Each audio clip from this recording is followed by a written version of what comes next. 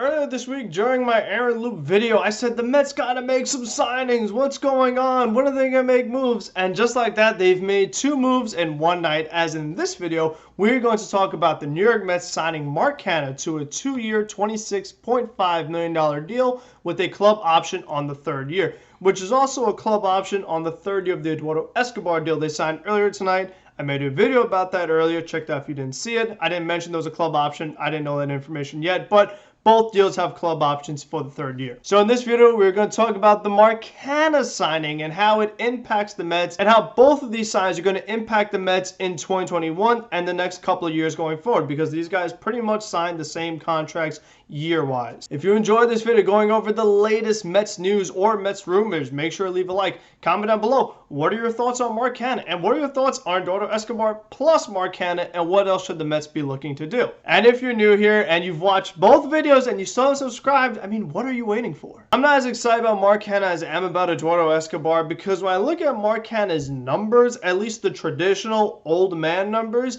it doesn't jump off the bat. His batting average is not great, neither is his RBIs or home runs or OPS, but his on-base percentage was really good in 2018, and he puts up great F-WAR. I mean, listen, when it comes down to the bottom line, I want to score runs. I don't want guys that have F-WAR. I'd rather have the guy that has 118 RBIs, the guy that has 90 RBIs, than the guy that has a really high F-WAR. So, I mean, that means nothing to me. I'll believe it when I see it, and I see it helps the Mets actually win games. The fact that Mark Canha's F-WAR is near guys like Mookie Betts and second to Aaron Judge in right field, I mean, what are we really saying here? Are we saying that Mark Canha is a top 5 right fielder in Major League Baseball?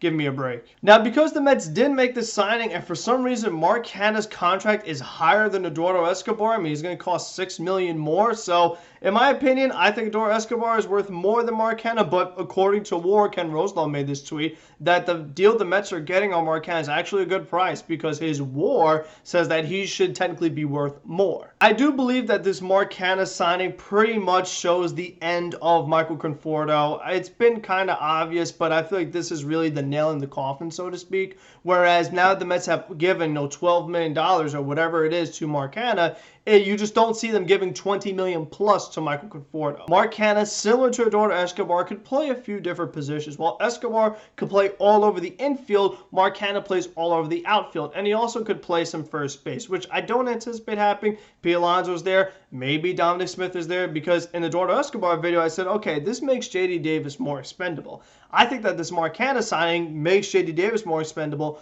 and also makes Dominic Smith more expendable, because Dominic Smith was playing left field or first base. Mark Canha can play both those positions, can play them better, and is a more consistent player than Dominic Smith. Now, I'm not advocating for the Mets to trade J.D. Davis and Dominic Smith, but those are options that are made available to them, because when you look at the starting pitcher market, if it's going to cost an arm and a leg to bring back Marcus Stroman or bring in Kevin Gausman or Max Scherzer, if the Mets could use these other younger players like the Dominic Smith to get young, controllable starting pitching and just pitching in general, that's going to have to be the move for them, because right now they definitely address their versatility, their utility, and you hope that in an ideal world, Eduardo Escobar is replacing Jonathan VR and Mark Canha is replacing Kevin Pillar. Because if that is something that the Mets are doing this offseason, that is a massive improvement from last year. So far, Billy Eppler's doing a pretty good job. I mean, these are 2 signings that you like for the Mets, and I've been saying for a while now, I want the Mets to take the Atlanta Braves approach.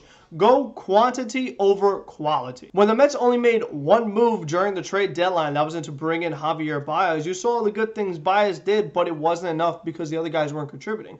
Compared to the Atlanta Braves, who didn't get a single player who's as good as Baez, but the combination of the 4 added to much more of an impact than just 1 player could. So if the Mets continue to get multiple players that are doing a lot of different things and you're getting contributions from so many different areas, it could equal some success for the Mets. And this will be a really good test of how valuable is WAR, how valuable is F-WAR, because like I said, I'm not big on it, but if all of a sudden we see that Mark Canha is this major difference maker and now the Mets are winning more games, scoring more runs on a consistent basis, we know Mark Canha is a pretty good defender, that would be really nice to see. Now, some people think that Mark Canha strikes out a little bit too much. I agree with that, but he is one of those guys that strikes out in a different way than, let's say, a Javier Baez strike. While Baez is in the low chase rate, Mark Canha is a guy that actually has a really good chase rate. He's not someone that is swinging at everything. He's one of those guys that, in fact, is more patient, and that leads to the Brendan Immel, Michael Conforto type strikeouts where you're taking so many pitches, you're finding yourself down in a 1-strike count, 2-strike count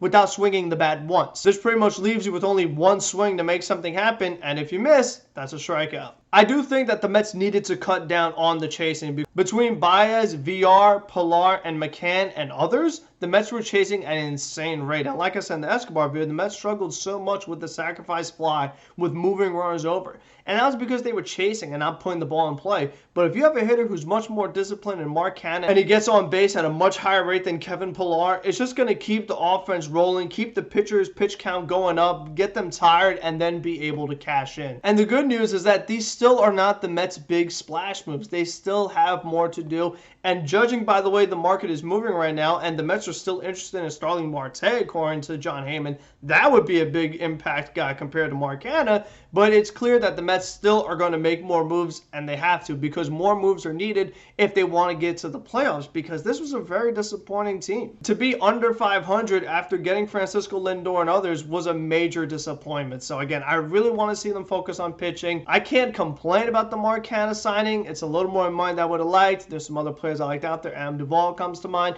But we'll see how it works out. Mark Canha is the same age as Eduardo Escobar. And I like the fact that, again, it's only a 2-year deal. So if somehow Khalil Lee or maybe Nick Plummer, who the Mets got the other day, develop in a couple years and become really good outfielders, then those guys could take over. And you could just have Escobar and Mark Canha be stopgap guys. And in the National League, where the Mets had so many injuries last year, that versatility is going to make such a big difference maker, where you had guys like, oh, we have to get Cameron Maybin because that's the only guy we have that can play center field. Whereas instead, you're like, oh, we could just move Mark Canha over. Oh, we could just move Eduardo Escobar over. Not to play center field, but still, you're not just getting a bad player to fill a certain position where you could just have good players play any position. I hope that the Mets continue to take this mindset and continue to get guys that have versatility, because it could just make for a much more complete team. So hopefully you guys enjoyed this video, and hopefully the Mets keep making moves so we can do more videos and we can communicate a lot more. So until the next one, be safe, be smart, be healthy. Let's go Mets. Keep making more signings. I mean, who knows? Maybe we'll have 3 videos tonight.